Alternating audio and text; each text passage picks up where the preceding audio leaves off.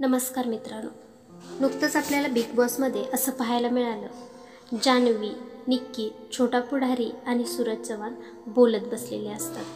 त्यावेळेस सूरजला घरच्यांची खूप आठवण येते।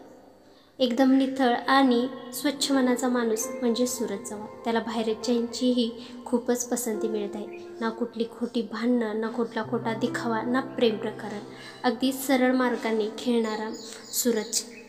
तो बोलत असताना सांगत असतो की माझी आई आणि आप्पा म्हणजेच आई वडील हे लहानपणीच वारले। त्यानंतर माझ्या बहिणींनीच मला सांभाळलं। आई लोरी गाऊन मला झोपवायची, ते अजूनही आठवतं।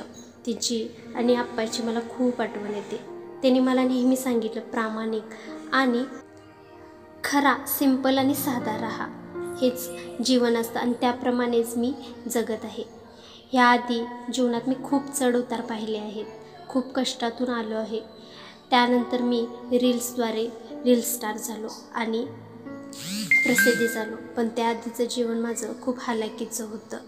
आता जरी आईवडील माझे जगात नसले तरी ते मला वरून पाहून खूप आनंदी होत असतील, असे म्हणत तो भावूक होतो।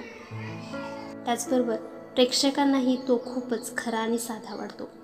त्याचमुळे प्रेक्षकांची भरपूर त्याला प्रतिसाद मिळत आहे। अशाच नवनवीन प्रोमोसाठी चॅनेलला नक्की सबस्क्राईब करा। धन्यवाद।